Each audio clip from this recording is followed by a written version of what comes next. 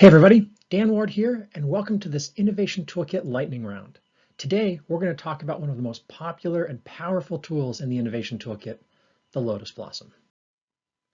The Lotus Blossom is an ideation tool that is designed to help teams quickly develop a larger quantity of higher quality ideas than traditional brainstorming alone.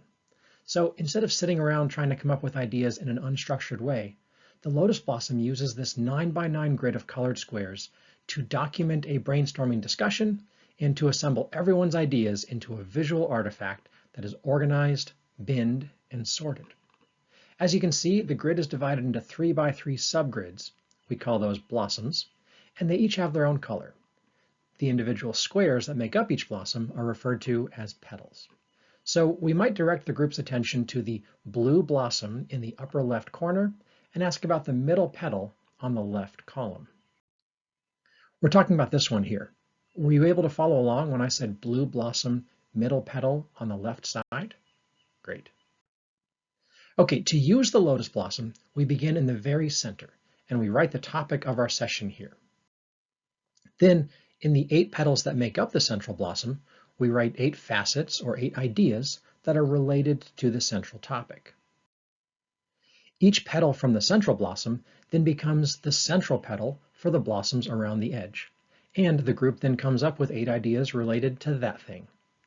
We find that the first 2 or 3 ideas that people come up with tend to be the obvious things, the front of mind things, while ideas 6, 7, and 8 tend to be more creative and imaginative. We also find that having these blank spaces creates a type of creative pressure. People want to fill in these boxes. They don't want to leave them blank.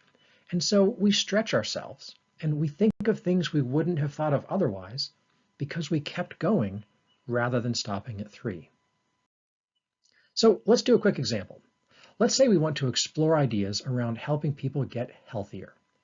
We might use a Lotus Blossom to scope out the problem, to understand and define it and narrow that problem, because helping people get healthier is super broad.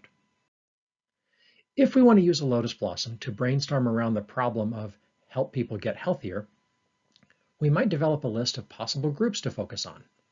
They all might need different solutions to help them be healthier. So before we get into solutions, let's make sure we understand the problem. So we might talk about helping people get healthier as they age, or helping communities who have very limited resources, or helping military personnel recover from injury. You get the picture. We could come up with 8 possible groups and then use the rest of the Lotus Blossom to look at different aspects of each one. We might brainstorm about our expertise on each topic.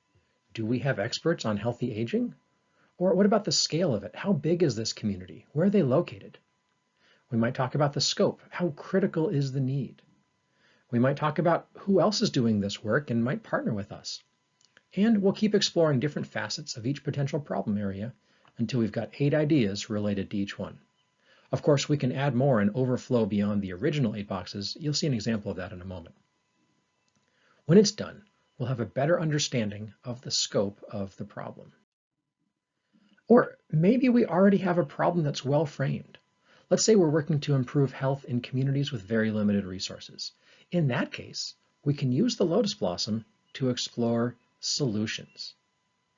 So here we might fill up the Lotus Blossom with things like diet, exercise, social support, medication, or the social determinants of health. And then we would copy diet, for example, into the middle of the upper left blossom and explore 8 ideas related to diet. So for example, food deserts are a big problem. So maybe the solution includes increasing access to healthy foods. And maybe people also need better education about how to eat healthy. And then we fill in the rest of the Lotus Blossom with solution-oriented ideas around diet, exercise, and whatever else we came up with in that central blossom. When we're done, it might look something like this. For this particular case, we used a virtual whiteboard called Mural and did video using Microsoft Teams. We produced this colorful artifact that documents the discussion, and it captures everyone's inputs in a way that is organized and sorted. As you can see, several of the blossoms went well beyond the usual 8 topics. That often happens with a big group. And a few blossoms have some empty petals. That's okay too. We might refer back to this as a way to remember what we discussed, or we might use it in a conversation with someone who wasn't there that day to get them up to speed on what we came up with. Now, one technique I like to use is called the barriers blossom. I usually put it in the lower left-hand corner, and it's a place where people can write down all the things that get in the way of whatever the topic is. It's sort of a personal Lotus Blossom hack that I find useful. Okay, so that's the Lotus Blossom. You can learn more about it and download templates at the link on your screen. Good luck.